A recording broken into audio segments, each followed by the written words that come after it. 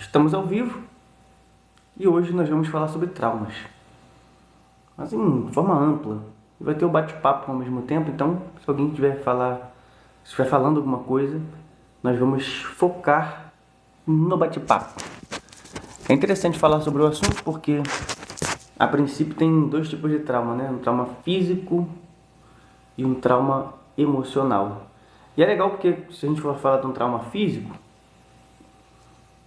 obviamente a gente está falando de uma fratura, de uma lesão muito grave. Logo, não é muito diferente no campo emocional. No campo emocional tange a mesmo raciocínio. Marimbondo lançou um boa noite, certamente é porque não dormiu ainda. Bom dia, Marimbondo, você tá bem? Fala comigo, aqui tá tudo tranquilo, sereno e calmo. E com você, qual foi a melhor parte da sua semana? Vou logo nessa pergunta chave aqui, a melhor parte da sua semana. Pronto. Aquela assertividade na fala, né? Marimbondo falou, tô precisando de 5 conto pra me inteirar pra comprar um bereu pra mim fumar. Aí realmente, acho que é o correto, é o pessoal te ajudar. Tá faltando 5 conto só pra tu... Então tu tem que botar o teu pix aí que a galera com certeza chega junto. Retomando a linha de raciocínio. Mas como eu falei, né? E aí, cantoneiro, Alex falando, hoje vai ser assim, tá? O bate-papo vai ser predominante em cima do tema. Obrigado como é que é o seu nome? Denei. É isso aí, Marimbondo. Eu gosto disso de pessoas verdadeiras. É assim que tem que ser. São duas lives simultâneas. Então às vezes eu tô falando um nome que não tá no lado porque tá no outro. A gente vai falar sobre trauma. Mas o bate-papo, as coisas que as pessoas escrevem, vai ser predominante em cima do tema. Que hoje é isso que a gente vai fazer mesmo.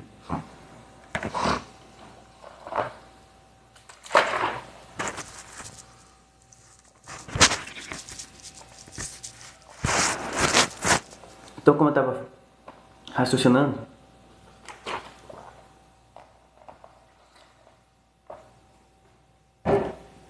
um trauma, ele não é só mental, né? A gente estava falando primeiro que, fazendo a comparação, ele pode ser físico, ele pode ser mental, ele pode ser os dois. E quando a pessoa quebra alguma coisa, ela vai para o setor de traumas, literalmente. É lá que ela vai. E é lá no setor de traumas que a pessoa tem um processo de recuperação. O que é mais preocupante? As pessoas pensam que talvez num único diálogo com algum especialista do assunto da área mental, ela vai poder reconstruir algo. Ela vai ter uma direção. Porque o que é feito quando você quebra uma coisa? Puxa para colocar no lugar, faz uma... Fala, Bradock. Oi, filho da Xé, faz uma fisioterapia. Bom dia, você lançou uma boa noite e que não dormiu, né? E faz uma fisioterapia, né? É assim que funciona? Com a área física do trauma. Puxa, põe no lugar. Algumas vezes cabe cirurgia, às vezes não. Às vezes foi uma fratura exposta, então exige todo um procedimento. Às vezes tem que botar metal, demora um tempão para poder arrumar algumas coisas, certo? Não é muito diferente na área emocional. Aliás, na área física, por vezes, essa fisioterapia, como foi meu caso, eu já quebrei esse braço aqui quando era pequeno. Já vou ler o que o Bradock falou ali, só um momento. Demorou ali uns 3 anos totais para que eu me movimentasse sem dor, ou seja, 1 ano para alguns movimentos voltarem, 2 para voltar 100%, porém com dor, e 3 para fazer isso sem dor. O Bradock falou assim, Richard, você pode falar sobre o porquê das pessoas se automutilarem e qual a relação disso com tatuagem, piercing? Então vamos raciocinar aqui quanto a essa questão da mutilação. Tem uma diferença da pessoa de repente pôr um piercing, fazer uma tatuagem. Não estou falando aqui do ponto de vista religioso, né, sim do ponto de vista da psicanálise. E outro é quando aquilo vira um vício, uma necessidade de se cortar, né, de se perfurar. Na psicanálise, quanto a esse raciocínio, os pensadores a respeito não acham que há algum problema em si da pessoa ter ali um brinco, um piercing, uma tatuagem, nesse sentido emocional, né? Volto a dizer que eu não estou tocando no ponto de vista religioso, espiritualizado. Agora, quando nós estamos falando de uma pessoa que começou a se viciar nesse comportamento, aí já é uma outra situação. Aí a gente tem uma coisa que é um dos vícios. Obrigado, Ibu. Um dos vícios comportamentais. Nesse caso da mutilação. Porque na verdade é por isso. A maioria dos casos pode ser por outro motivo. Mas uma das características justamente daquele espaço vazio a ser preenchido, né, um dos sintomas perigosos, é quando a pessoa, seja após um evento traumático ou aparentemente sem nenhum evento, começa a ter algumas sequências comportamentais. Entre elas, autodepreciação, isso inclui mutilação, autodepreciação falando, né, falando algo negativo sobre si, possível uso de drogas, falar que não aguenta mais alguma coisa, são tudo pequenos sinais que costumam estar voltados à depressão em si. Apesar de não ser o tema principal, pode ser, em breve, um tema para a gente aprofundar. Obrigado, GG, pelos presentes. Obrigado mesmo, tá? Obrigado. Então, o que acaba acontecendo? Qual é o raciocínio aqui no ponto de vista principal, né, que é o trauma? O trauma emocional... Ah, que legal, o GG entrou no fã. Obrigado. Aqui chama equipe, né? O trauma físico é tratado com cirurgia, coloca no lugar, faz fisioterapia, entende-se que demora um tempo, às vezes vai no neuro, né? Tem todo um processo, porque é uma ligação neural também, e algumas vezes fica com a sequela. Quando existe uma recuperação de 100% no trauma físico, você tem, no mínimo, algumas coisas que acontecem diferentes, como a supercalcificação, que faz com que aquele membro, aquele braço, por exemplo, fique mais flexível, mais maleável. Dificilmente ele quebra de novo, a não ser que aconteça alguma coisa muito grave. Na área emocional não é muito diferente. Tenho 1,63 m e nunca mais irei crescer mais que isso, me sinto mal. Na verdade eu tenho 1,71 m. Tamo junto, Braddock. Dentro dessa lógica, o Drev falou que se sente mal por causa daquilo ali. Já vou falar com você, só concluindo a linha de raciocínio. No lado emocional, tem-se que pensar no mesmo ponto de vista, né? Eu já vou falar com o Drev. A mesma coisa.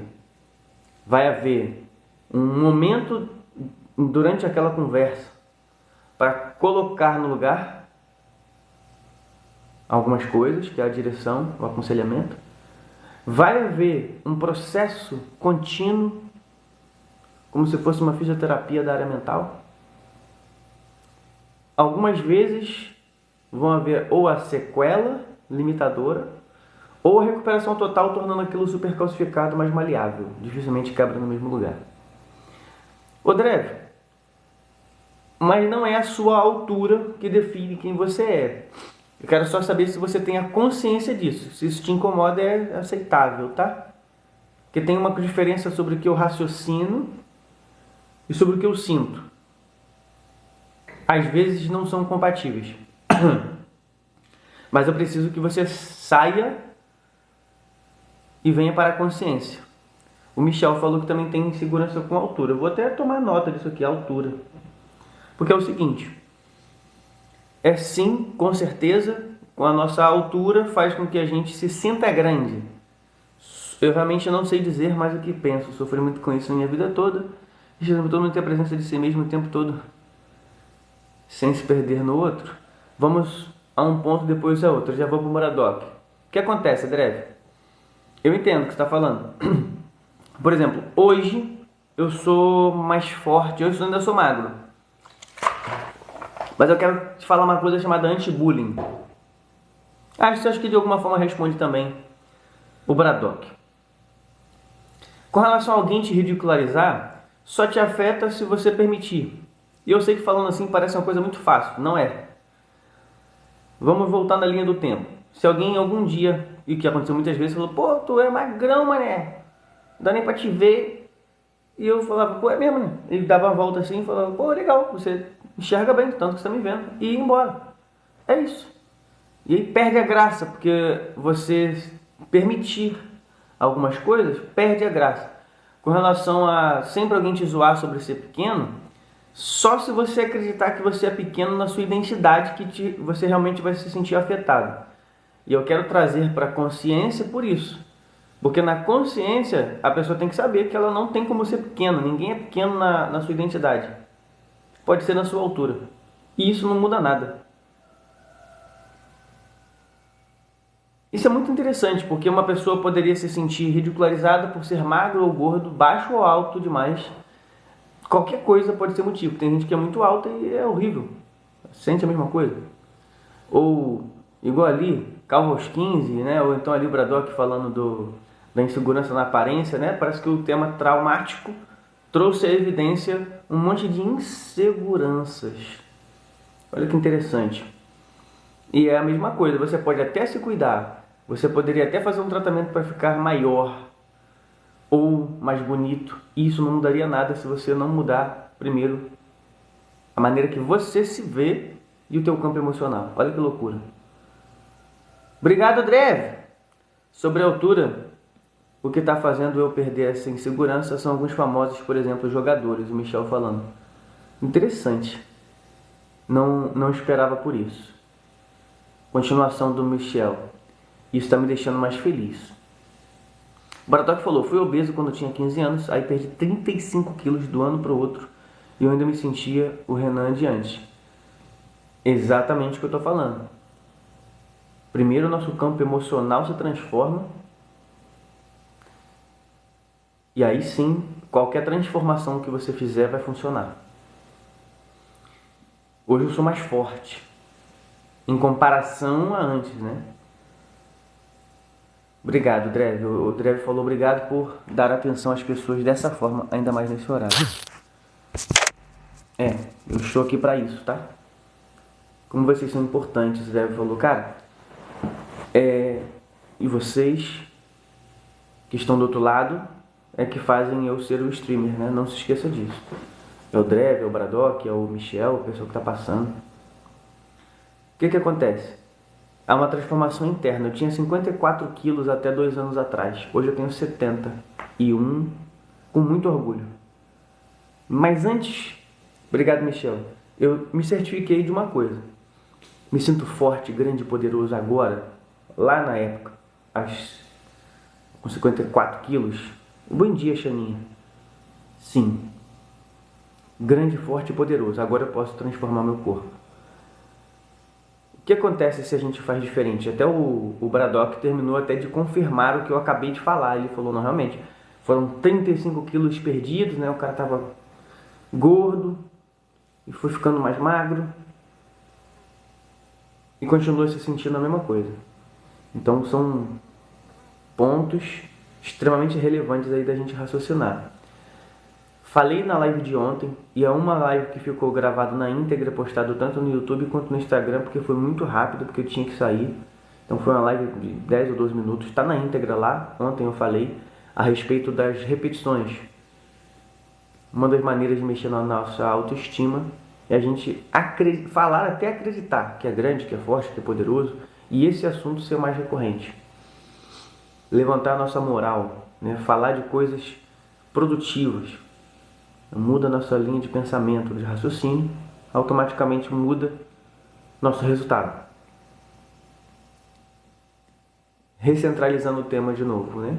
Falei que vou deixar sempre o bate-papo conduzir hoje, mas o tema principal é o trauma. Para quem chegou agora, me pegou no meio do caminho, é só pensar num trauma físico. Partiu, quebrou alguma coisa.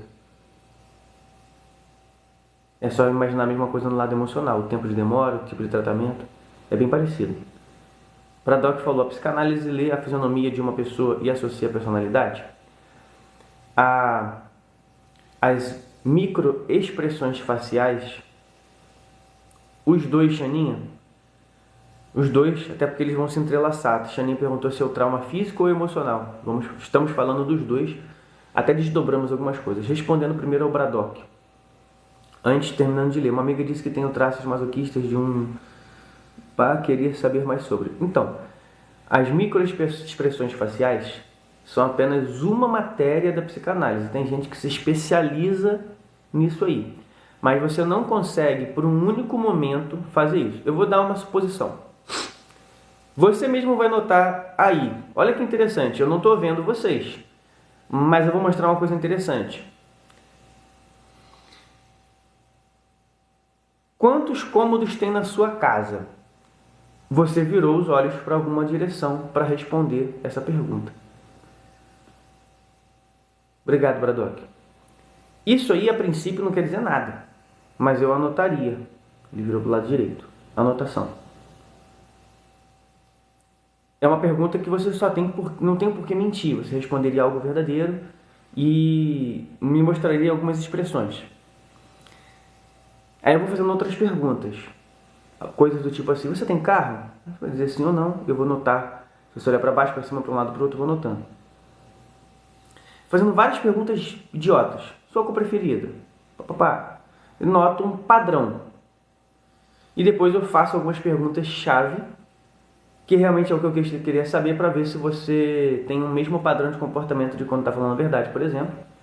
E aí, na sequência, eu percebo traços, se formos falar como você falou ali sobre o masoquismo, ou outras coisas assim nesse sentido, que, por sua vez, mostrem uma satisfação em algo que seria talvez desprazeroso, mas que envolva você. Então, expressão de satisfação. O que você mais gosta de fazer? E aí a gente toma nota das expressões. Então, não é um trabalho fácil, não é feito num dia só, não é feito com um laudo só, é um negócio contínuo, né? Tem que ser feito pelo menos 3 vezes para a gente ter uma noção, ou até por 3 profissionais diferentes que apontem para a mesma direção. Na primeira vez a gente tem indícios, tá? Mas é por assim. Então não dá para poder a gente falar só pelas expressões e pá! A não ser que seja uma coisa recorrente, a pessoa te conheça há muito tempo e ela tenha um estudo técnico a respeito, entendeu? Qual o nome de quem faz essa análise e quanto custa? Eu fiquei curioso. É literalmente, tamo junto, Michel, é literalmente, por exemplo, eu não sou especialista nessa área. Algumas pessoas acham que eu sou especialista porque eu já resolvi alguns casos aqui na cidade assim. Então eu vou começar a falar que sou especialista, né? Afinal de contas eu resolvi mais de um caso e deu certo, então sou especialista. Mas pode ser o próprio psicanalista ou literalmente alguém que é especialista em microexpressão facial. Alguns investigadores ou quem é da área forense ou da psicologia ou da psicanálise forense, eu já vou voltar para o tema, são os forenses, é só você ter o nome forense, porque isso aí é coisa de investigação. Não é só para análise em si, porque a análise a gente direciona a pessoa. Mas eu tive que fazer por causa de um negócio aí envolvendo crime, eu acho que eu não posso falar com detalhe porque está gravado na íntegra e ainda está em processo. Mas enfim, vou retornar aqui. A Chaninha perguntou se era trauma físico ou emocional. Os dois, porque na verdade pode ver que muitas vezes a pessoa tem um trauma físico e vai onde? No neuro. Não vai só no ortopedista. Porque tem ligações neurológicas no nosso corpo inteiro. Olha que legal. E por isso que Braddock, Michel, a gente tem uma expressão. Obrigado, Cida! Em algum momento, por causa de algum motivo.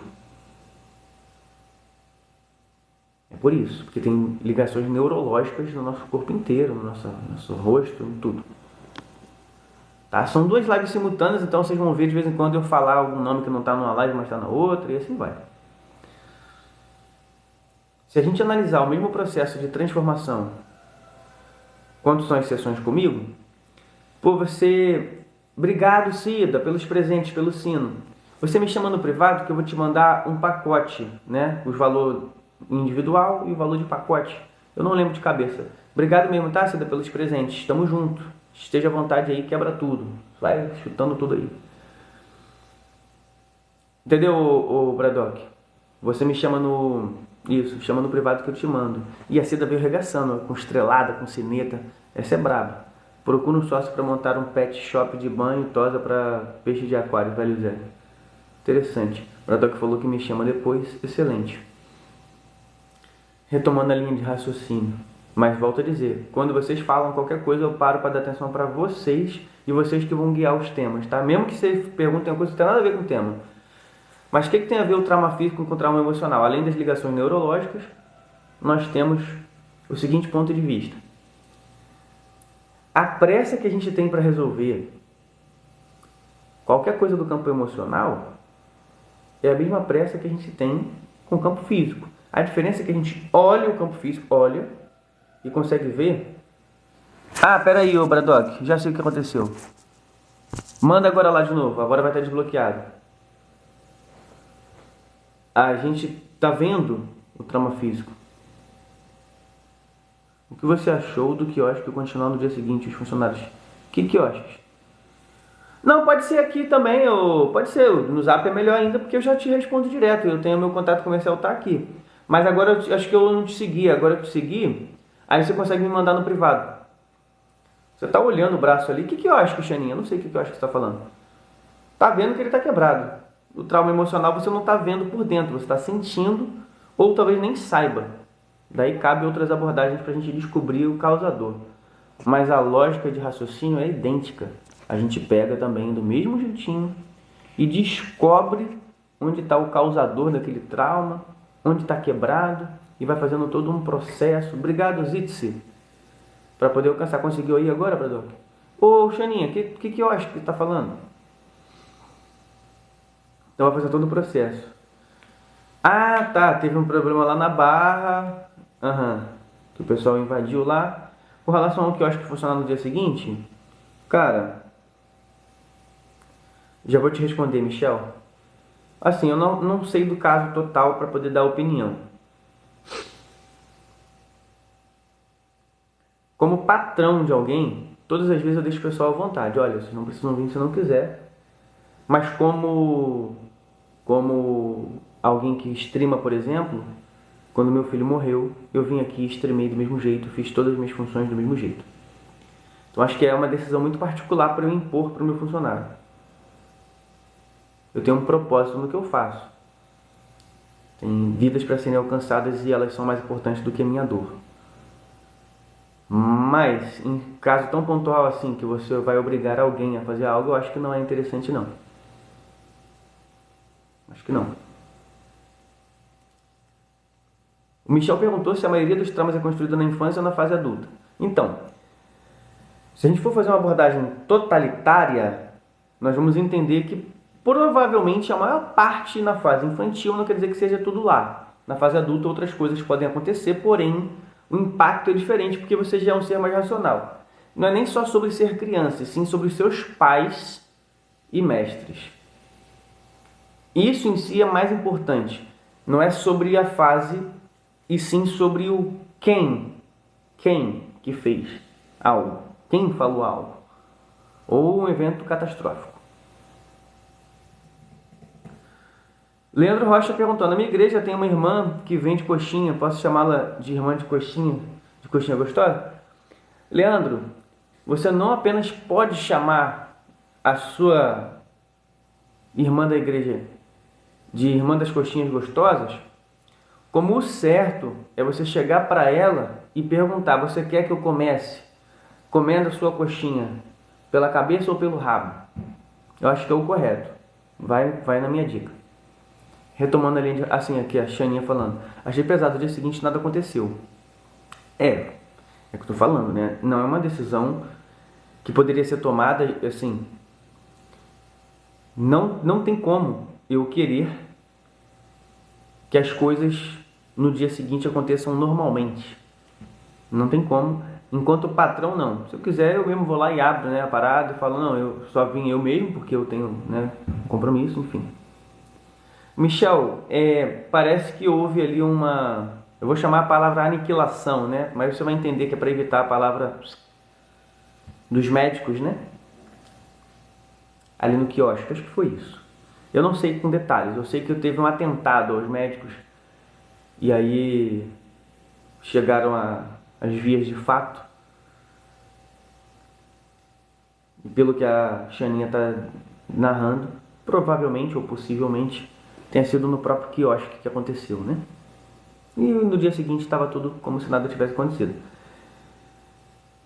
Tenho que lembrar, oi Lore, que aqui na cidade, que é um lugar muito tranquilo, aqui onde eu moro. Mas há muito tempo atrás teve um problema, uma vez, algo parecido assim, e realmente, mas aí não eram funcionários, era o próprio dono que abriu normalmente e funcionou tudo legal. A vida econômica ela é uma contradição. A gente, talvez olhando de fora, fale, poxa, eu queria saber, neste caso, eu queria, se possível fosse, ouvir os funcionários. Entendeu? E sem câmera, para que eles não se sintam reprimidos. Que alguns vão falar, tá, mas agora já foi. Vamos embora. Eu lembro, por exemplo, que teve uma coisa um pouco grave, mas não tão grave assim, que aconteceu numa empresa nossa, e a gente não quer que a pessoa vá se ela não quiser. Não foi tão grave assim esse ponto de chegar às vias de fato, né? Aí não foi aqui nessa cidade, foi na outra, que aí era um lugar perigoso mesmo. A gente não quer que a pessoa esteja lá voando, né? Voando, que eu digo, não faz sentido eu ter um funcionário que não esteja prestando atenção no que está fazendo, que esteja preocupado, que esteja traumatizado. Não é interessante, nem mesmo na economia. Primeiro, não é interessante humanamente falando, a humanidade vem primeiro. Mas não é interessante nem ao nível de economia. Engraçado que a gente estuda isso também em administração de empresa. Não sei se é a vida que segue, Xaninha.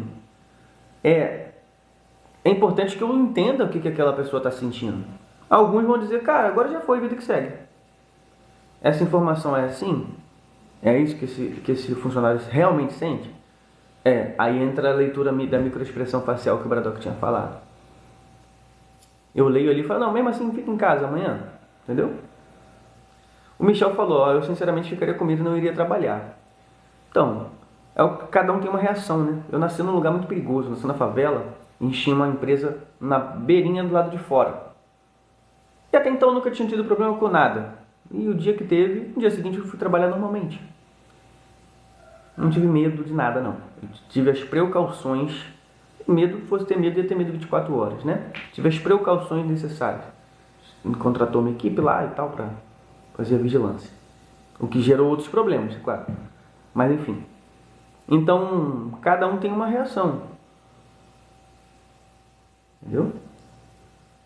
Exatamente, o patrão deveria ter noção, é isso, desse jeito. Porque agora eu não quero que o meu funcionário vá lá e fique viajando na maionese, entendeu? Ou ficar com medo, igual o Michel falou ali. Não, eu ficaria com medo.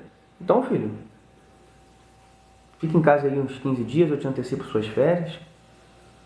Entendeu? Na minha cabeça, tá? É o que a gente sempre toma de conduta.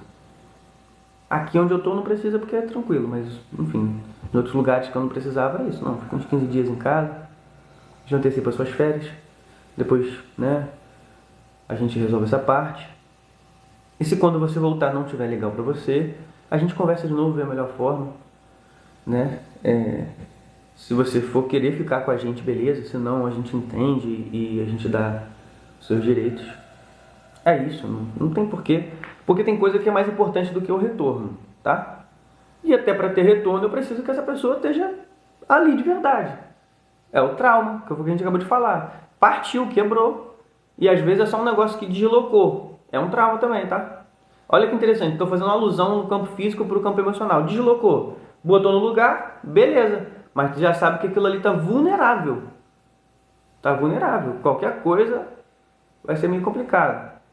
Vai retomar de novo aquela linha de pensamento. Não, quebrou. Tá, tem que botar no lugar. Prá! Tá entendendo ou não?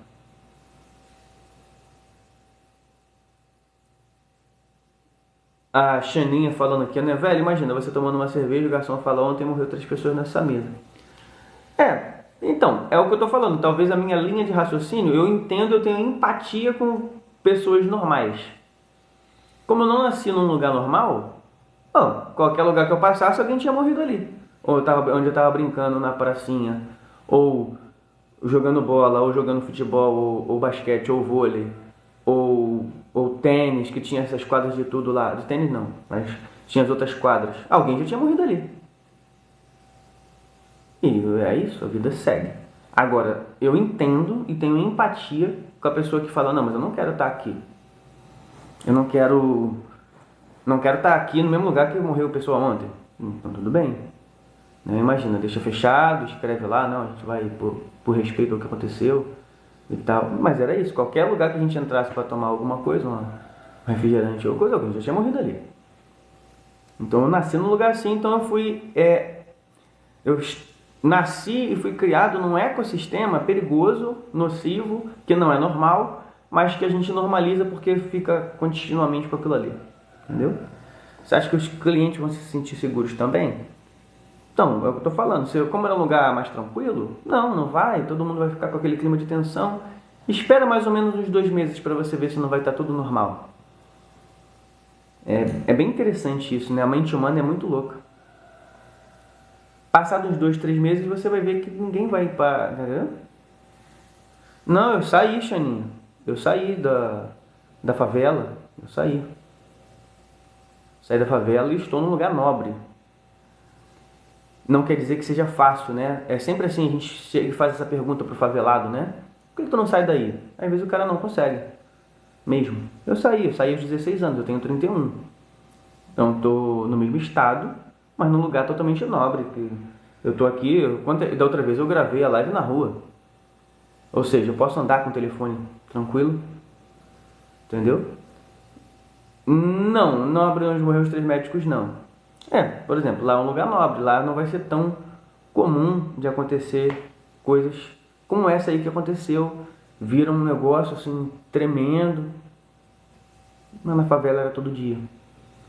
Né? E as pessoas ainda têm uma sensação, por exemplo, eu ando na rua com o telefone na mão, tranquilo, mas atento.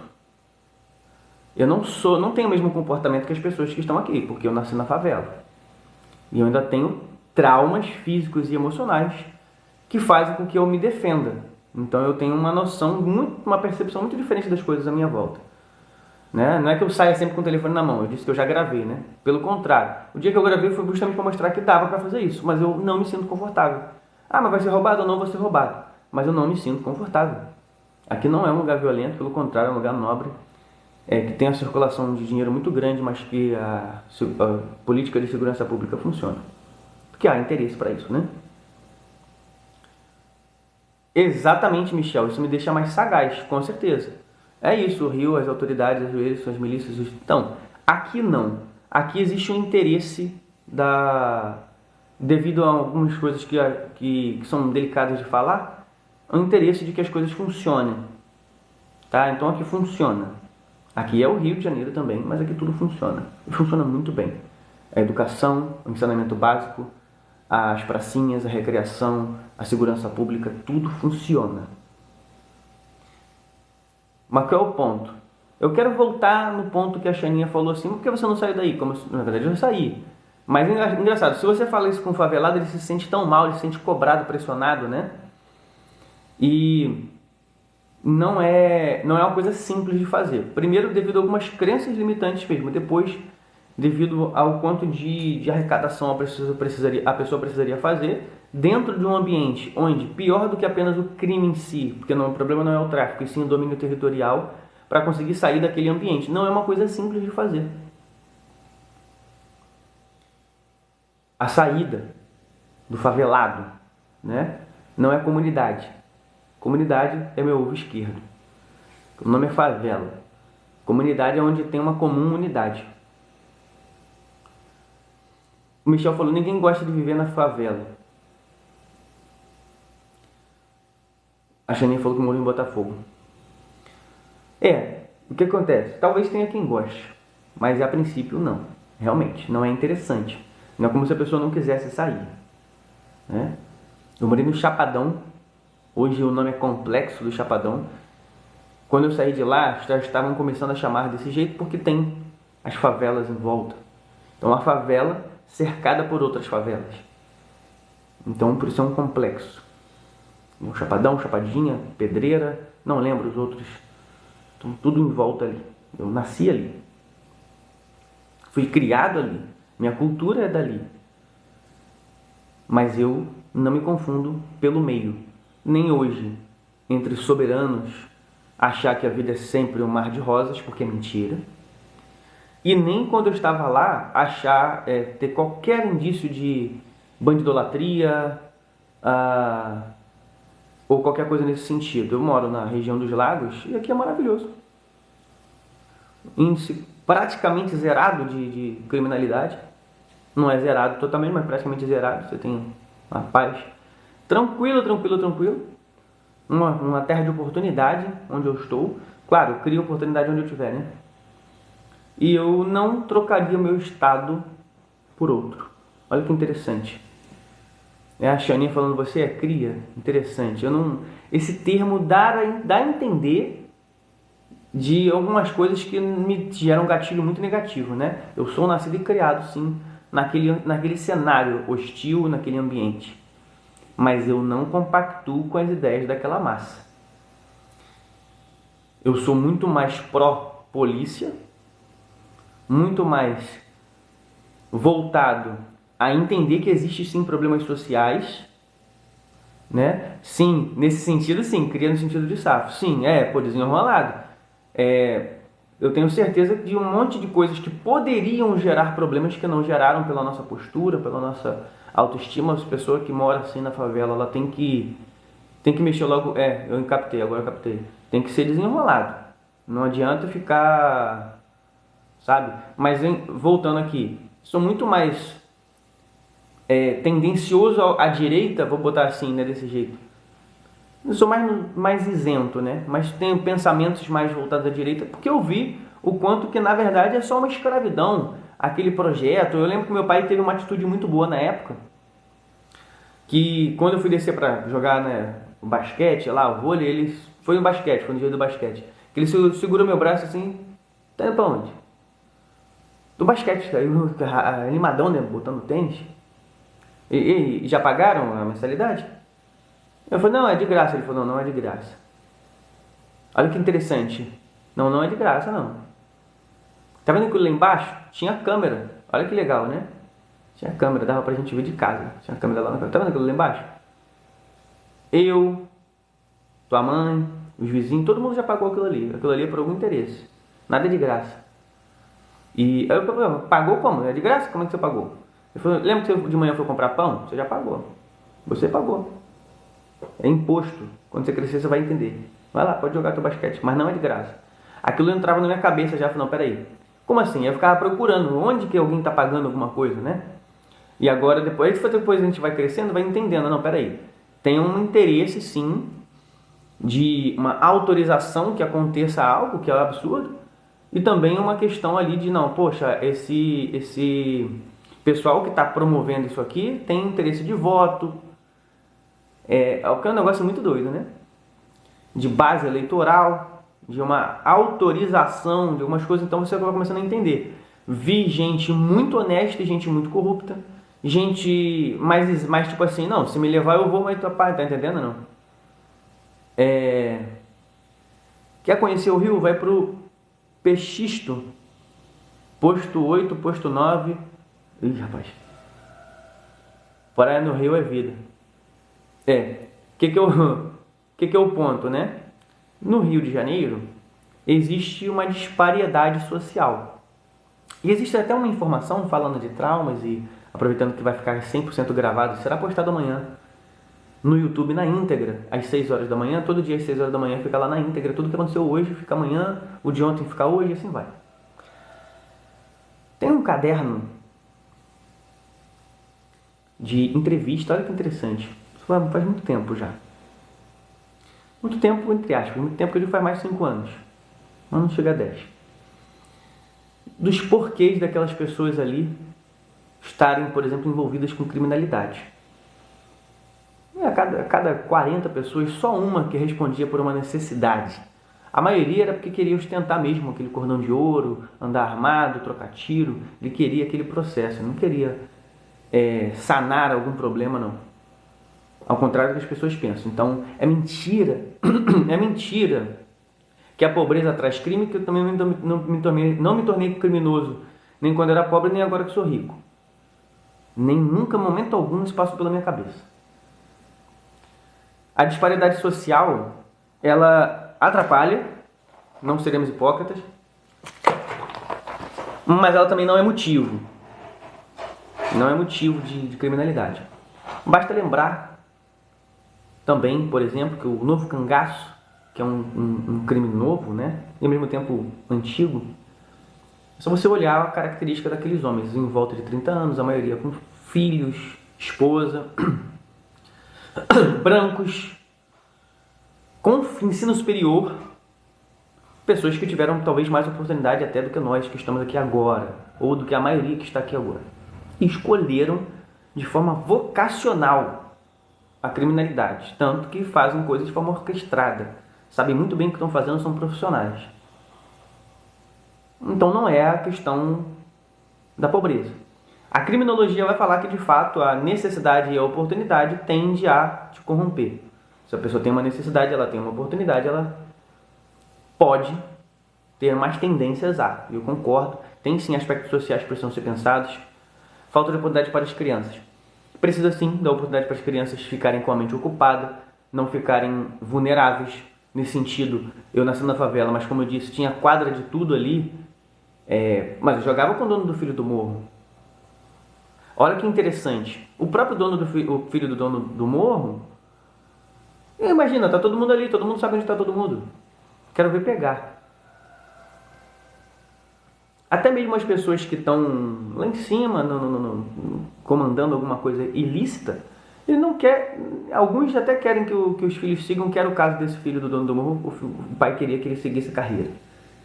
Mas alguns não, alguns querem até que a criança não, vai lá, vai estudar, vai fazer uma coisa melhor do que eu. Alguns hoje não, hoje tem a questão vocacional. Existe sim alguma influência por causa. Não, vamos ser equilibrados, né? Existe sim influência por causa da pobreza, existe influência. Exatamente, Xaninha. Foda-se o dono do morro porque eu tenho inglês às 4 da tarde. Exatamente, não tem ninguém em cima da minha cabeça, não tem nenhuma vulnerabilidade, porque eu vou fazer inglês, aí depois eu vou para a quadra de vôlei, depois eu vou para a quadra de basquete, estou exausto, eu quero comer e dormir. Então, essa minha rotina era sempre assim mesmo, porque negativo, não servi não. Eu sei que parece que eu servi, eu atendo muito paciente militar, então a gente tem um trejeito militar, né? Falo parecido, mas é influência do meio. E recebi muito treinamento também dentro da arte marcial de militares. É por isso, mas não sou militar não. Retomando aqui a linha de raciocínio. Então existem fatores que influenciam sim, mas eles não são determinantes. As nossas escolhas, elas sobrepõem tudo. Olha que louco, né? Você treina também para mudar seu sotaque? Ô, Dayana, negativo. Eu só sigo meu baile. Não faço nenhum esforço para mudar sotaque.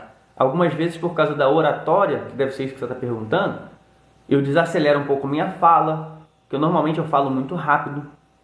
Então eu procuro gesticular bem na hora de falar. Não, não curto o baile. Sigo meu baile no sentido de gíria, né? De continuo fazendo o que eu estou fazendo. Então presta um pouco mais atenção para gesticular e tudo mais. Xaninha falou, pode brincar à vontade, as crianças têm compromisso com a formação além da escola. É isso. Mas você já bateu? Se eu já bati, como assim, Dayana? Que tipo de treinamento é esse? O Fábio perguntou. Não, olha, para eu responder isso é meio complexo, até porque vai ficar gravado. Então, não sei. O que eu posso falar aqui? Mas dentro da arte marcial tem treinos de imersão. E ali você é submetido a algumas condutas, né, que vão te fortalecer em vários aspectos. É isso. Treino de resistência, a vibração muito alta, sem ponderação, sem reclamação, né? Não gostou, vai embora. Então são coisas assim. Ô Dayana, eu não entendi a sua pergunta.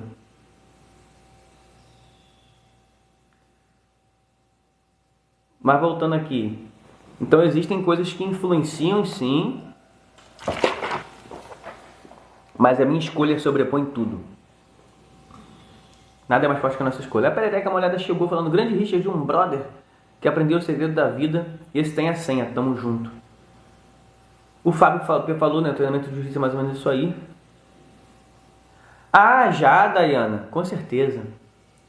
Ô Fábio, o que acontece? Quando eu saí da favela, teve um negócio que aconteceu bem interessante. Olha que loucura. Eu fiquei estressadíssimo quando eu fui num ambiente muito calmo. Por quê? Na favela era comum que eu tivesse confrontos diários. Quando tinha silêncio, tinha morte. Então eu fui para um lugar que não tinha nada. Era muito calmo. Eu fiquei louco. Negativo, Dayana. Fiquei louco. Fiquei maluco. E aí eu fui fazer um tratamento que uma das indicações era fazer um esporte de luta, alguma coisa que botasse essa energia toda para fora. E gerasse tensão. Olha que legal. Eu precisei gerar tensão. Aí eu me formei dentro da área do karatê. Eu treino desde os 16 anos, eu tenho 31. Tenho contato com pessoas do jiu-jitsu, tal, do Krav Maga, de judô, um monte de arte marcial diferente. A gente faz alguma oficina, alguma troca de conhecimento. Mas é isso. Só que tem, quando eu falo de imersão, é diferente de só treinar. É imersão mesmo, de ficar um dia, do dia para o outro, e acordar, e água na cara, uma doideira militar mesmo. Né? Sobreviveu? Você já lutou? Já lutei. Já. Na época, pelo dia seguinte seria ideal nas comunidades? Como assim? Como assim, Xoninho? Não captei a vossa mensagem. Ô Dayana, teve um negócio que aconteceu bem interessante. Salvou também, tô indo pro terceiro. Pô, maneiro, cara, é isso aí.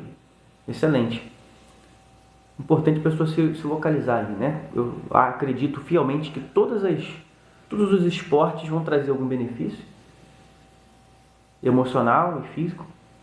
E principalmente, qual é o melhor? O que você mais gostar, o que estiver mais acessível para você. É o melhor. É esse que é o melhor. Olha que loucura, né? Estava estressado da maneira que você falou, foi no psicólogo. Então, Fábio, hoje a abordagem da psicanálise, eu sou psicanalista, não sou psicólogo, é bem desse jeito. A gente faz simultâneo. É porque a gente acredita que o trauma, como eu falei no começo, tem que lembrar igual o trauma físico. Quebrou, pá, e agora? Agora tem que botar no lugar, dar direção, arrumar, fazer fisioterapia, demora. Então uma das coisas primeiras que eu faço quando eu estou com um paciente aqui da área mental, eu faço tudo que eu aprendi, mas a primeira coisa é encaminhar para que ele possa fazer atividade física, para fazer o processo completo. A Perereca Molhada disse, ontem estudando estoicismo, foi sugerido às vezes forçar o caos ou a escassez para sentirmos o fato. Então, nesse sentido, não aleatoriamente, e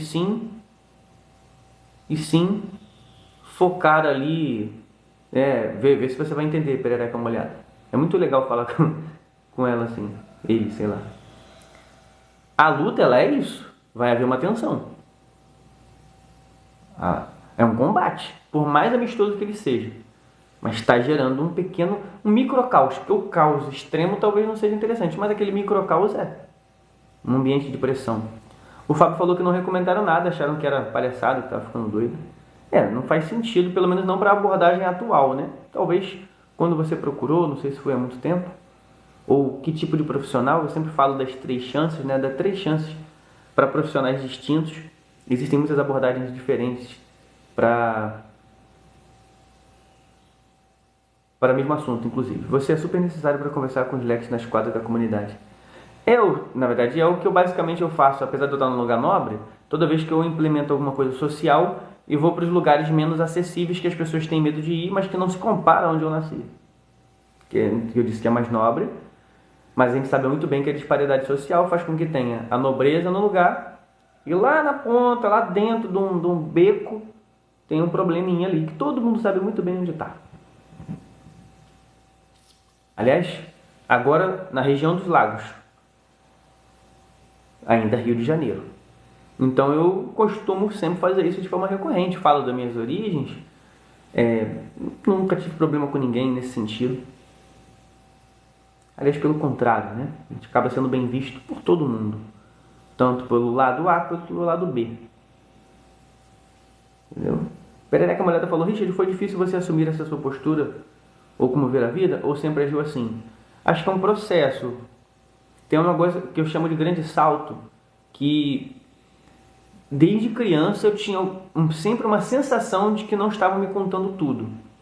Essa era a sensação. Tive um primeiro desbloqueio na fase da escola, através de dois, três professores em especial, que eu quero falar desse assunto, já que você perguntou. Mas o grande salto mesmo foi lá para os 20 e poucos anos. Aí realmente essa postura que você vê hoje é dos 25 para cá. Mas antes eu já notava que tinham coisas em volta e eu estava procurando. Lá na escola teve um negócio bem interessante. Acho que dos três eu teria que falar mais da professora de biologia, porque o de geografia, ele já dava a gente uma noção do seguinte: você está aqui para quê e tal, ele fazia a gente se questionar quanto à questão dos nossos porquês. Deixa eu ver o áudio da moça que me traz o leite aqui. Bom dia, meu filho. Preste atenção, fala pra você. Se o leite não der pro elevador e garrafa congelada tá aqui, que eu botei, a pessoa não veio buscar, eu vou ter nem um dia no congelador. Posso levar pra você? Fala pra mim. Pode, fica à vontade. O que acontece? Sim, já é o que eu faço, né, Xaninha? Nos lugares que eu posso hoje acessar. Tanto que tem gente que a gente resgatou dali mesmo. Mas o que acontece? O professor de geografia fazia a gente refletir porque estava ali. Mas a professora de biologia teve um fato muito específico que eu gosto sempre de contar. Contei da outra vez, mas vou contar de novo. E normalmente eu atuo muito na área da adolescência, tá? Adolescência, infanto-juvenil é o meu foco maior, a minha especialidade. Nesse sentido de esporte. E acompanho depois na fase adulta. Mas a professora de biologia teve um comportamento muito atípico. Na época, imagina, era sexta série, favela, estudava lá dentro mesmo. Ela entrou, primeiro dia de aula, mas assim, blá, abrindo a porta, batendo na porta, tava toda uma bagunça em cima da carteira. Ela abriu e ficou parada, e olhando para dentro, o cara fechado, todo mundo se arrumou, né, desceu da cadeira, ficou bonitinho. Eu não lembro o sobrenome dela, mas eu gosto de falar que é Nascimento. Ela terminou de entrar, deixou a porta aberta. Falou: meu nome é Marta Nascimento. E nenhum dos senhores é obrigado a assistir a aula. Quem quiser pode ir embora. Em ordem. Com silêncio total. Eu sou professora de biologia e hoje nós vamos... Tamo juntos, Xaninho. Nós vamos aprender... Eu não lembro o que era, mas ela falou o que era no primeiro dia. E aí falou assim: dúvidas, perguntem, porque quem não tem dúvida, tem dívida. Aí começou a escrever, pá. Deu aquele climão, né? Pesadão. Aí na hora de... o dela, logo depois ia ter um intervalo. Aí ela falou assim: isso aqui que está no quadro é da matriz curricular que alguém vai chamar para vocês de grade, que é para aprender vocês nesse sistema. É matriz. Já acabou essa parte. Falta 10 minutos e eu tenho que ensinar algumas coisas úteis para a vida de vocês, só que agora eu quero que fique só quem realmente quer. Nessa fileira, quem quer ficar? Aí uma pessoa levantou a mão, éramos em 70 dentro da turma, tá? Aí ficamos acho que em 6 ou 7. Eu não lembro o nome de todo mundo, mas ficou a Priscila, o Jonas, a Fernanda, eu, o Hugo, e tinha mais um que eu não lembro o nome dele não. Era um rapaz. O restante tudo desceu em ordem, enfileirado. Ela falou: fecha a porta. Ela falou para o Jonas especificamente: Jonas, fecha a porta e vem aqui. E todo mundo chega perto de mim que eu tenho que falar baixo. Presta atenção. Não quero ver vocês andando com mais ninguém a não ser vocês mesmos. Meu nome é Marta Nascimento. Eu sou reformado da Marinha. Nem é para eu estar aqui, que aqui é extremamente perigoso para mim. Meu marido é da aeronáutica, reformado também. Eu não preciso disso aqui. Eu estou aqui por causa de pessoas como vocês. Presta bem atenção. Não quero vocês andando com os outros alunos. Não quero vocês conversando nem com os outros professores. Se forem falar alguma coisa com alguém, fale comigo, com o Luiz Carlos, que é diretor e professor de matemática, com o William, professor de geografia. Mais ninguém. Não quero ver vocês andando com os outros. Eu estou confiando um segredo perigoso para vocês. Para mim, agora, vocês são a minha tropa especial. Anotou o nome da gente e chamava a gente pelo nome e sobrenome. O que ela fez com a gente naquele dia? Ela antecipou uma coisa que acontece naturalmente. A gente começa a se associar a pessoas que têm mais característica nossa, mas ela blindou a gente. Entendeu a parada? Eu não sei o que você está falando, Saturo, mas bota ali uma 4x4 cabine dupla, capota estendida de fibra. Ela antecipou a nossa blindagem. Ela fez com que a gente andasse junto. E não queria ver a gente com a gente. Ela passava e ela olhava. E ela olhava diferente e falava, o que você está fazendo aí e tal. Qualquer contato com qualquer outra... Por quê? Porque ali tinha sim gente que era possível resgatar, mas ela sabia muito bem que o voluntariado de uma tropa especial ela é assim. A nossa moral subiu nesse primeiro dia. Nesse dia, eu já tinha percebido que a autoestima é que muda tudo, porque a gente olhava um para o outro e falava que essas pessoas, o que elas têm de diferente, sabe? Por que eu sou? Se ela falou que eu sou uma tropa especial, eu sou. Então a moral da gente foi muito lá em cima, cara. E aquilo ali mudou muita coisa. Inclusive foi a primeira professora. Exatamente, a gente já sabia que queria. Inclusive, realmente, ela fazia isso várias vezes, de deixar para o final da aula, mas falava sobre coisas da vida, sobre carreira, respondia nossas perguntas da vida em si, sobre como que era lá fora, como que era militarismo, como que era, qual que era o defeito, como é que era fora da favela, como que era questões sexuais, ela falava tudo, só com a gente. Sai todo mundo, fica fulano, fulano, fulano, fulano, fulano, lá daquele primeiro dia. E ficava com a gente 10 minutinhos, falando coisas de biologia, falando de investigação, contando algum caso, falando como que a gente ia se prevenir, como é que a gente ia se blindar. Às vezes o aluno falava alguma coisa pessoal muito ali, porque só estava a gente, coisa dos pais, né, de abuso, ela orientava. A pessoa super grosseira, foi a primeira pessoa que me respondeu quando eu perguntei. Professores perguntavam, pô, tô ligado, Xaninha. Perguntavam, tipo, assim, perguntavam para os professores assim, por que eu tô aprendendo isso aí? Exatamente, Xaninha, exatamente perereca molhada. Porque, tipo assim, o que que acontecia? Normalmente perguntava pro professor, isso aqui é pra quê? Aí o professor normalmente respondia alguma coisa do tipo, é pra passar na prova e tal, né? Não, tu tem que ver isso aí, pronto. Ela não, eu lembro, mas ela também, o jeito dela falar era sem pressão total. Pitialô, bom dia. Por exemplo, na época era Reino Plantae, falar sobre as plantas. E aí eu perguntei, professora, mas tremendão, porque ela, pô, toda broncuda, né? Eu não pretendo mexer com planta nem nada assim. Para que eu vou usar isso na minha vida? Ela falou assim: fala seu nome alto para todo mundo ouvir. Aí eu falei: Richard? Ela falou: não, não. Richard tem um monte. Nome e sobrenome. Richard Nascimento. Ótimo. Primeiramente, parabéns pela coragem de perguntar. Positivo, Pitialô. Sou carioca.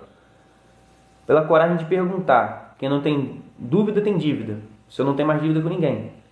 Aí explicou, ela falou, olha que exemplo legal que ela deu. Já vou ler a perereca molhada já na live do Tic-Teco. Ela falou assim, vamos supor que você pegou um avião, caiu o avião, só você sobreviveu sem um arranhão por algum motivo, Deus quis assim. Você precisa comer coisas na floresta, é bom que você não coma nenhuma planta que vai te matar, né, depois de você ter sobrevivido. Aí eu perguntei, eu vou aprender isso hoje? Aí ela falou, não, não vai aprender isso hoje, mas sem isso aqui, você não vai ter como saber. Você primeiro precisa aprender o básico. E aí você vai entender isso aí. Negativo, Pitialô.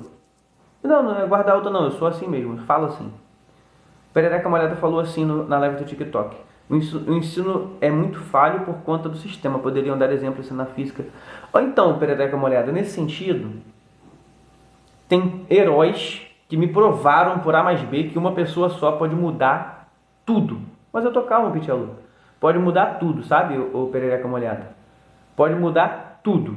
Tudo, tudo, tudo. Uma pessoa. Hoje eu sei que é por uma repetição emocional, que eu sei que, olhando para o passado, eu penso, pô, dá sim para uma pessoa só mudar tudo. Porque aquela pessoa lá, naquele momento, com uma ação, pode mudar tudo. E eu mudo tudo que está à minha volta. Sempre. O cenário, o ambiente. Se eu pude ficar o tempo todo na ação, entendi, Pitialô, na ação, dentro da favela e não ser absorvido por nenhuma ideologia que tinha ali dentro, então eu mudo o meio ou eu saio dele. É claro que a gente recebe influências do meio, vivências, mas é diferente, né? Perereca Molhada disse assim: nossa mente não sabe o que é verdadeiro ou imaginário. Então bora imaginar e co-criar. Exatamente. Além do que, imaginar é de graça. E eu não poderia economizar recursos numa coisa que é de graça. Se é de graça, meu irmão, então bora fazer uma alopragem total na imaginação. Vamos fazer um regaço, né? retomando a linha de raciocínio. Então, até para terminar de responder a pergunta. Aí tem a fase de sair da favela. Bora brincar, bora entrar, bora fazer o rolê.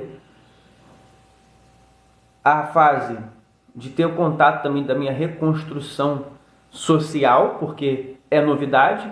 As pessoas falando assim, ouvindo um estalo alto, falando, caramba, será que isso é tiro? E eu falando, não, isso não é óbvio que isso não é tiro. Como é que você sabe? Eu sei muito bem o que é um tiro e o que não é um tiro. Por quê? Aí toda aquela história de novo, não, sou da favela. E o pessoal gerou até um certo nível de fama, era interessante, as pessoas queriam perguntar como era. Ah, todo mundo lá anda armado? Eu falei, não, cara. Não. E era bem legal essa parada também. Essa parte era bacana. Mas era uma reconstrução. Lembro que achei o karatê rapidinho. Mas tinha um negócio que acontecia que era maneiro. Que meus pais falavam assim. Legal, eu não vou pagar não. Você se vira aí. Mas isso foi um excelente, tá? Foi excelente. Na época tinha uma empresa chamada iSigurt. Tá bom, Pitialu? Chamado iSigurt. Não sei se vocês já ouviram. Tamo junto, Pitão. E aí lá no iSigurt a gente ganhava 10 centavos por venda do sacolezinho lá. Esse é o nosso lucro. Vendia um negocinho de R$1, 50 centavos, não lembro agora o preço. Era R$1. E ganhávamos 10 centavos por aquela venda. Exatamente, Xaninha. Mas eu digo que eu mudei totalmente todas as coisas que tem em volta. Chupou muitos? Ih, mas era baratinho pra chupar, né? Na época qualquer um podia, viu? Às vezes é caro para dar uma chupada. Na época era baratinho. R$1. Eu ficava com aquela roupinha de palhaço. E na época eu não podia estar trabalhando naquilo ali. Agora já prescreveu, né? Mas por quê? Porque eu tinha 16 anos, eu não era maior de idade. Mas cheguei no cara lá, falei, ó, preciso trabalhar, tal. E o cara, rapaz, não pode porque você é menor. Falei, tá, mas eu quero saber como que você vai me dar essa vaga mesmo sendo menor. Olha que doideira, tem que ser muito ousado, né? Mas era da favela, foda-se, qualquer coisa que eu fizesse ali era melhor do que a merda que eu tinha saído. Eu tinha que dar o meu jeito. E tinha que fazer o meu karatê, que tava ficando louco. Ele falou, rapaz, ele coçou a cabeça assim, mas tu vai fazer isso a porra direito? Asfalto e helicóptero, né? Pode crer. Então eu vou, ué. Eu quero pagar meu negócio. Ele perguntou, mas tu quer, para que tu quer? Eu expliquei, não, eu quero fazer meu karatê, não quero pedir dinheiro para meus pais, quero sair, quero fazer assim. Porra. Aí pegou e falou, ó, se alguém perguntar qualquer coisa, você é meu sobrinho. Ouviu? Tá aqui, vai lá, mostra que é capaz. Falei, isso é tudo que eu queria. Eu sempre batia, assim, entre os 3 maiores vendedores na parada, sendo que eu estudava de manhã. E aí depois ia para lá de tarde e de noite fazia algum curso. Enfim, uma doideira. Tanto na época eu não queria arrumar ninguém, né? Eu conheci minha esposa nesse lugar, mas eu sempre dava fora nela, não deixava ela se aproximar, porque falando, pô, eu tô louco já, sai de mim. E aí o que aconteceu? Ele vendo meu esforço, ele falou assim, eu vou te botar na fita para tu trabalhar menos e ganhar mais. Eu falei, é droga não, né? Ele, não, pô. Ó, presta atenção. No final de semana tem gente que contrata para festa infantil e isso aí já tá pago. Eu poderia ficar com a comissão para mim, eu mesmo ir e fazer, mas eu tô vendo o teu esforço, tu tá sempre entre os 3 primeiros. Chega aqui, não protela em nada tudo que eu peço que você faz. Vamos comigo, tu tá disposto a perder o sábado e domingo? Eu falei, foda-se, vamos. Aí é um negócio que eu fazia a semana inteira, eu ganhava assim de uma porrada só, ficando ali no sábado e domingo lá com ele. Aí eu comecei a ter um pouquinho mais de espaço para respirar. Aí passei a me dar folga nas segundas-feiras, que o negócio funcionava de domingo a domingo. E aí comecei a ficar fortão. E quando veio o meu primeiro emprego de carteira assinada, eu tive outros trabalhos com meu pai antes, mas aquele era a primeira vez que eu estava trabalhando sem ser com meu pai. E eu trabalhei na Companhia Siderúrgica Nacional, no Porto de Itaguaí, na CSN, Laboratório de Minério, primeiro empregão. Shopping na segunda é vida. Pô, eu falo pra você, meu primeiro salário da Companhia Siderúrgica Nacional, habilitação. Gastei muito, gastei. Saí muito, saí. Comi o que eu queria. Não tinha visto, então comer e beber à vontade ainda não é tão grave quanto alguma coisa mais cara em vários sentidos. Mas habilitação primeiro, daquele jeitão, sempre estava com dinheiro no bolso. estava muito forte. Logo depois pegou a época que meus pais se separaram, aí eu fiquei com meu pai. Aí dava o cartão de alimentação para ele. Pô, na época, em 2012, não, 2012 não, antes, 2010, não lembro agora. Mas era isso aqui, por volta disso aí, 2010, 2011, R$ 250 de Visa Vale, pô, era dinheirão, pô. Era como se fosse mais ou menos uns 700 conto de hoje, mais ou menos, ou mais, assim, de vale alimentação. Então, eu aproveitei, eu falei, não pago aluguel, não pago nada, eu fiquei com meu pai. Na época foi. Então seja humilde, o Pitão falando. Aí, pô, na época era maneirão. Hoje eu empreendo, eu não tenho o perfil de trabalhar para outras pessoas. Né? Não tenho esse perfil. Sou muito grato pelo tempo que trabalhei para outras pessoas. Mas não tenho mais esse perfil. E aí, o que acontece? Foi muito mais tranquilo de eu de eu fazer minhas paradas. Porque uma coisa é a pessoa se habilitar, pagar água, luz, aluguel, compra, não sei o que, ttt. Não era o caso. O Visa Vale ficava com meu pai. Então eu já estava fortão, não tinha que pagar mais nada. Já era a compra da casa. Até porque só ficou eu e ele. Você fala. Isso. É mais ou menos assim, Pitão, é mais ou menos assim que funciona a live. Eu falo. É isso. E são 2 lives simultâneas.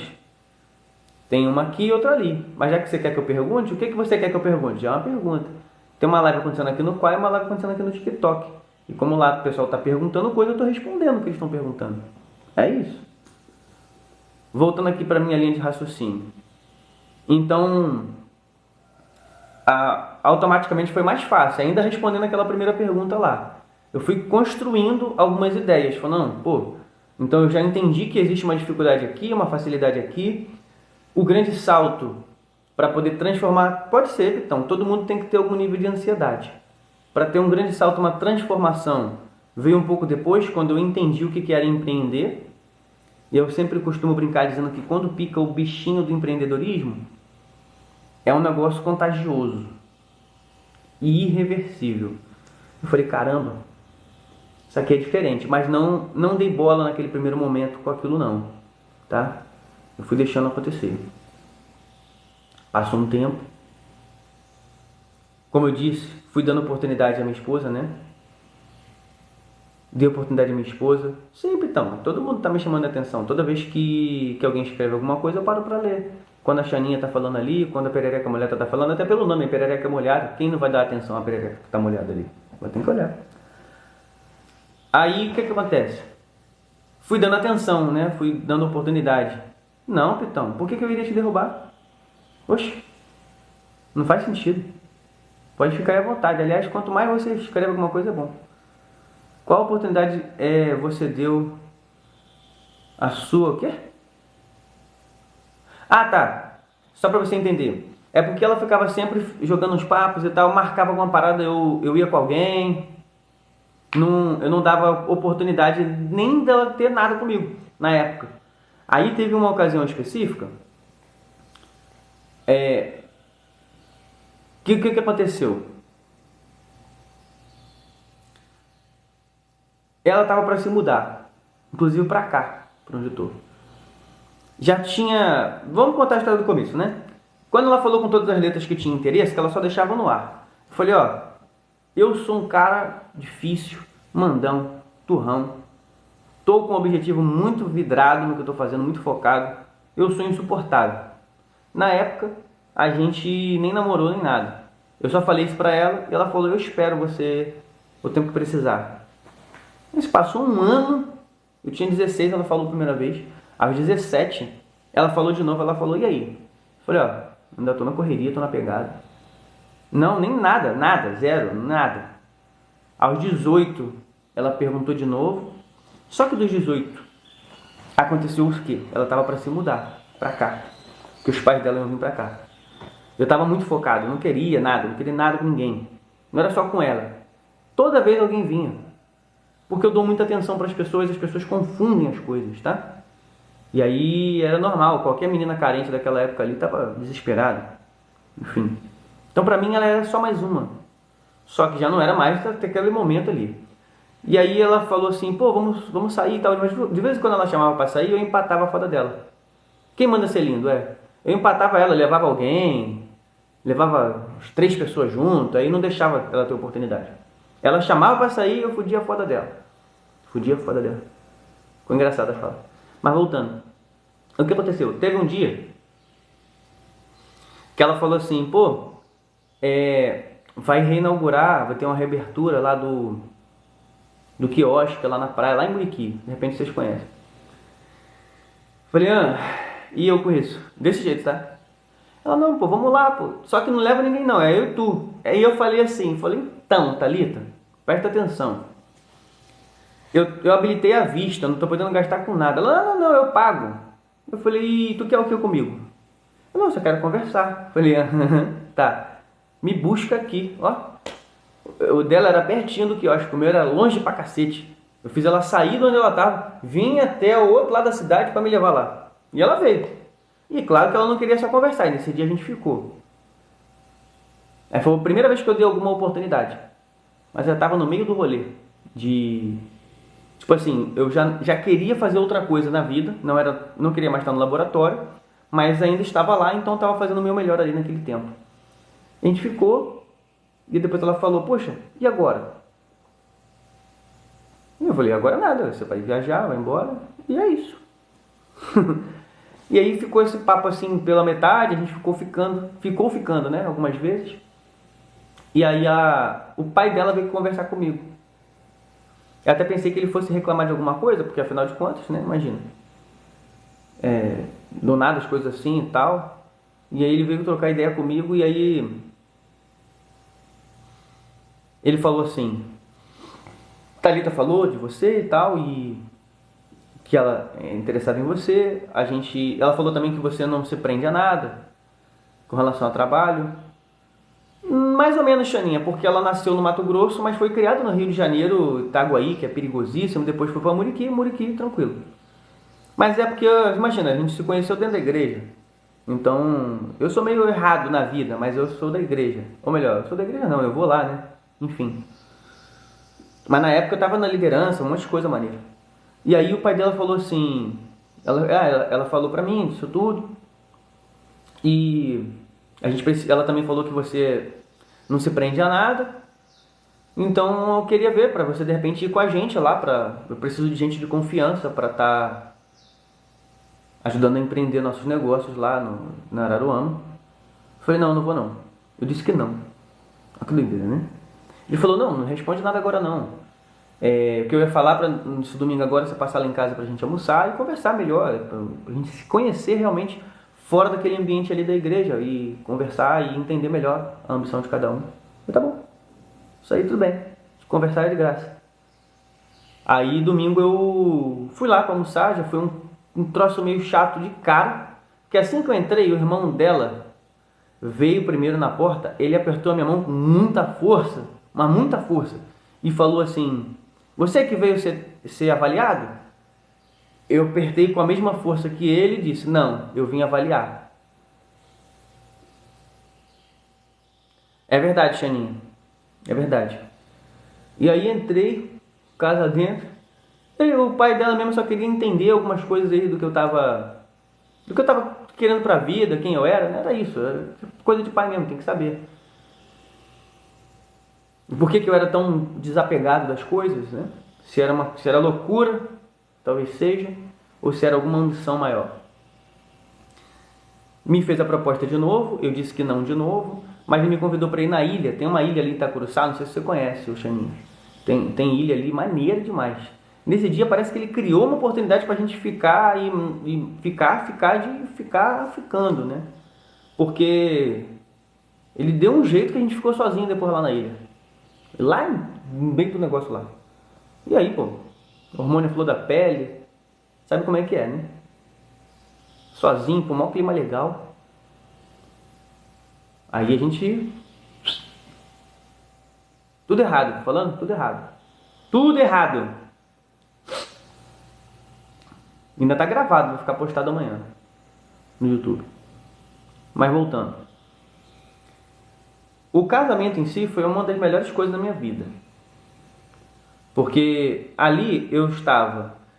A Thalita ainda, às vezes ela não percebe que ela é de berço de ouro. E eu sou de um berço de palha. mas eu fui desenvolvendo coisas que eles não desenvolveram. Então hoje a nossa abastança, ela passa por um ponto emocional diferente, mais estável. Não sei se estável é a palavra, mas progressivo, de crescimento exponencial. Da sagacidade maior. Você falou, né? Desenrolado. O cara é cria. Igual você falou naquela gíria, né? O cara é cria, pô. O cara é cria. O cara é desenrolado, é safo. Nessa pegada. E fui desenvolvendo. O deles foi ao contrário. Eles foram tendo contato com pessoas que são tendenciosas à corrupção e eles não sabiam. Então tomaram muita volta. Né? Antes da gente, né? No caminho eles foram entendendo como que é o mundo real aqui, nesse estágio.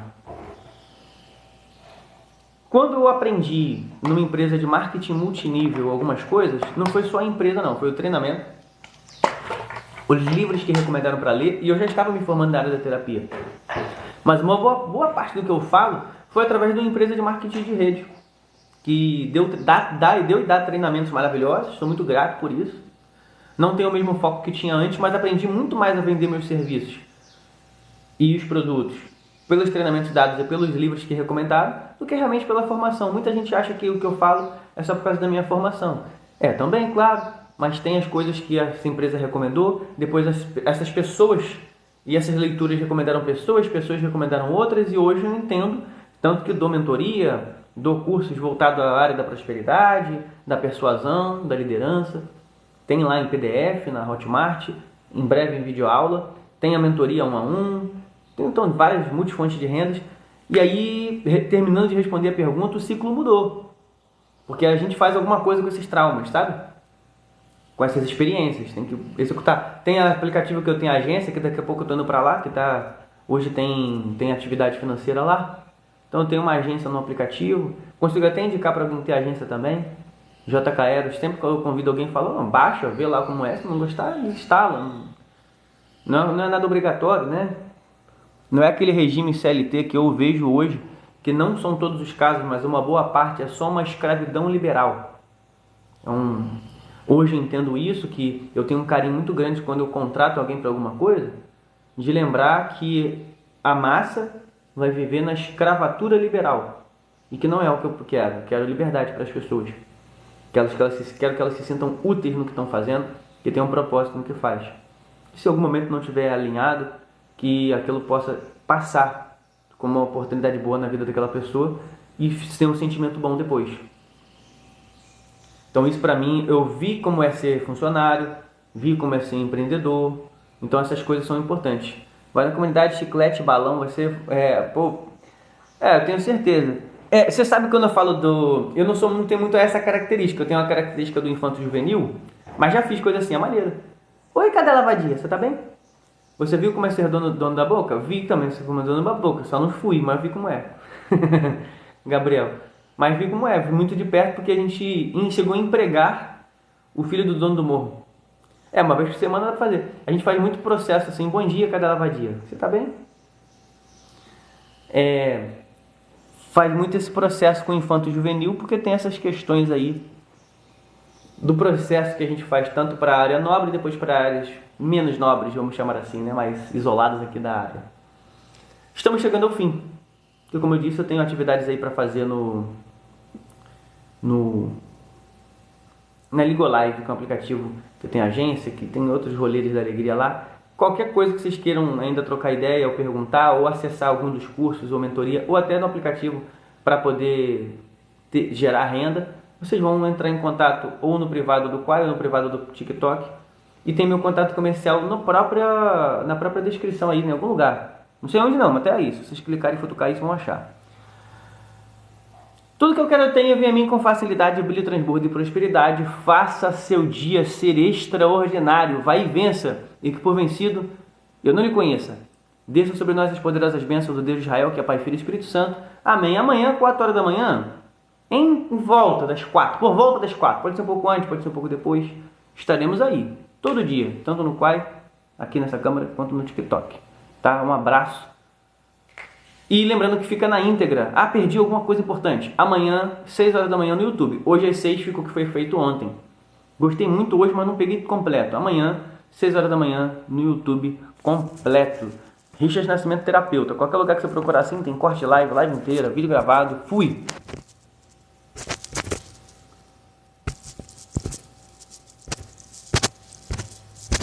Cadê?